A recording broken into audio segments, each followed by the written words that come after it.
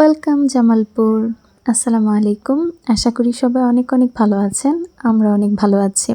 বেশ কিছুদিন আগে আমরা জামালপুর গিয়েছিলাম খুব অল্প সময়ের জন্য, কারণ নভেম্বর মাস একদম ঘোরাঘুরির জন্য বেস্ট সময়, কারণ খুব একটা গরমও না এবং খুব একটা শীতও না।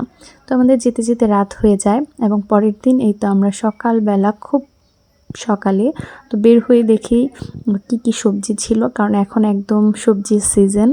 তো দেখতেছিলাম অনেকগুলো লাউ ধরেছে। লাউ দেখার পর আমরা চলে আসি হচ্ছে বেগুন খেতে। তো এখানে অনেক বড় এটাকে বলা হয় টাল আর কি, বেগুনের টাল এবং মরিচের টাল। তো দেখতেছিলাম নতুন বেগুন ধরেছে, তারপর মরিচ ধরেছে। ইরহামের এটা যেহেতু প্রথম অভিজ্ঞতা, ও আসলে তেমন কিছু বুঝতেছে না, খুব এনজয় করেছে। ও বেগুন দেখতেছিল। তো ধান তো এর আগেও অনেকবার দেখেছে। তো এই পাশে ধানও লাগিয়েছিল, বেশ মজাই লাগতেছিল, একদম হালকা হালকা ঠান্ডা। তো তারপর তারা একটু গাড়ি নিয়ে এসেছে, গাড়ি নিয়ে খুব এনজয় করতেছিল, কারণ বাসায় তো এইভাবে অনেক খোলামেলা জায়গা পায় না গাড়ি চালানোর জন্য। তো দুই ভাই গাড়ি চালাচ্ছিল। তারপর আমরা বিকেলে এই পিঠাটা খাই। এই পিঠাটা খেতে অনেক মজা।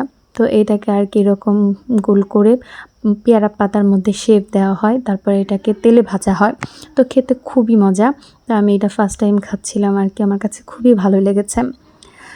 তারপর আমরা হচ্ছে পাশের বাড়িতে একটা শব্দ শুনে যাই, দেখতে যাই। সেখানে দেখি এখানে একটা নতুন মেশিন, এটাও আমি ফার্স্ট টাইম দেখতেছি। এখানে চাল দিলে একদম আকরির মতো একটা বের হয়। তো খেতে ওটাও মজা লাগে। তো আমাদের পরের দিন আমাদের বাড়িতে হচ্ছে ম্যান্দা বা পিঠেলি রান্না করা হচ্ছিল। তো এটা মূলত আর কি বেশিরভাগ রান্না করা হয় কোনো মৃত ব্যক্তির দোয়ার মাহফিলের আয়োজন করা হলে এই জন্য। তো ওই দিন আমাদের বাড়িতেও ওই রকমই একটা আয়োজন ছিল। তো এইটা আর কি খেতে খুবই মজা। তো আমি প্রথম দিকে খুব একটা আমার খেতে ভালো লাগতো না, কিন্তু এখন আর কি খেতে খেতে ভালোই লাগে, খুব একটা খারাপ না। তো ওই দিকের ট্রেডিশন এটা। তো আমাদের প্রায় ছুটি শেষ। তো ছুটি শেষ এর জন্য তারা খুবই যতটুকু পারে খুবই মজা করতেছিল।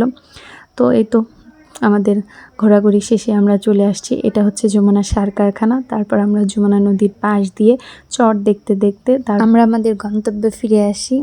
ধন্যবাদ সকলকে। আসসালামু আলাইকুম।